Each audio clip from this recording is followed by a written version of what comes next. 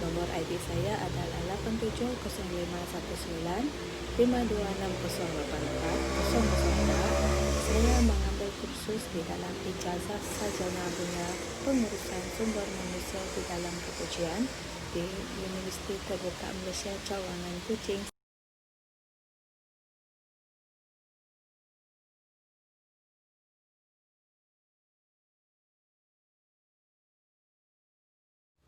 Implikasi yang pertama adalah keberkesanan mesej. Kemungkinan timbulnya salah faham dengan orang yang kita komunikasi kerana begitu sukar untuk kita mengetahui gerak-geri serta bahasa badan seseorang yang dengan kita komunikasi. Dalam masa yang sama, kita tidak mengetahui sama ada orang yang menerima mesej tadi betul-betul faham apa sebenarnya yang kita sampaikan.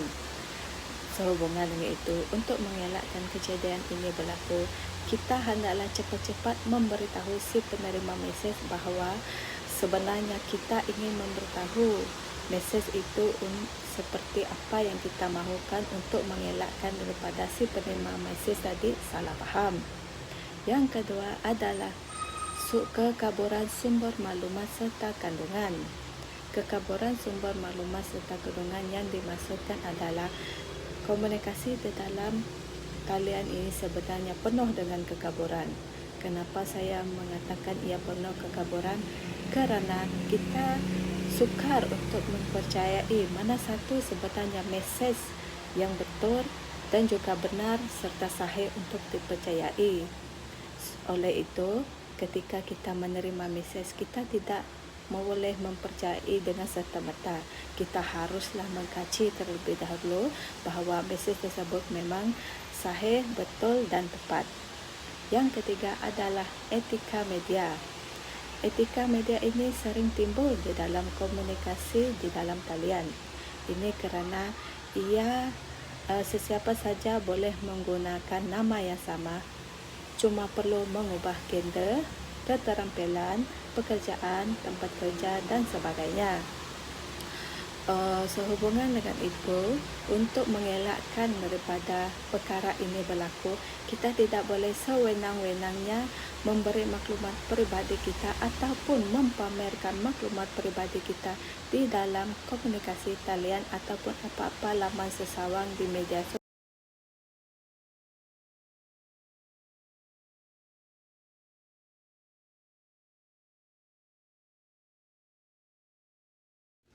Kelebihan yang pertama adalah memudahkan kerja.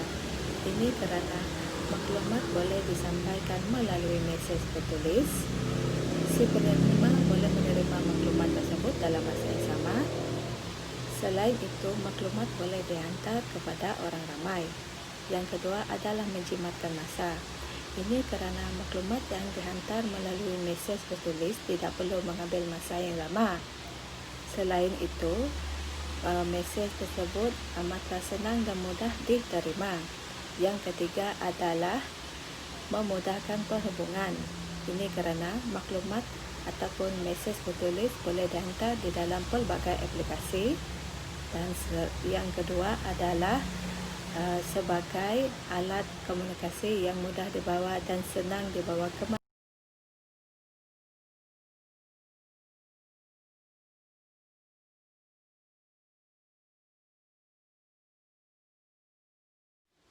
Kelemahan yang pertama adalah memerlukan kos perbelanjaan yang tinggi. Ini kerana organisasi terpaksa mengeluarkan kos yang tinggi untuk menyelenggarakan jaringan internet. Untuk pengetahuan, jaringan internet perlu dinaik taraf dari semasa ke semasa untuk mengekalkan komunikasi di dalam talian yang baik.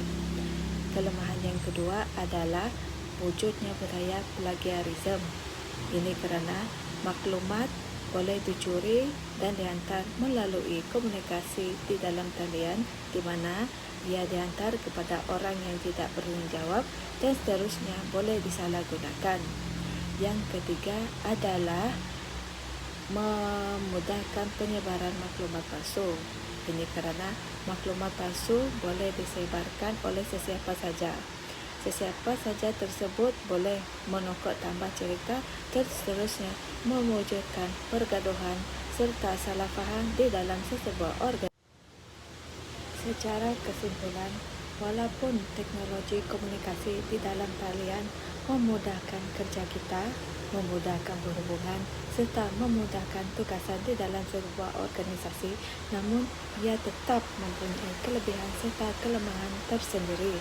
Oleh itu, kita sebagai pengguna kepada teknologi komunikasi haruslah berhati-hati serta mematuhi etika media yang telah disediakan oleh pihak yang berkuasa.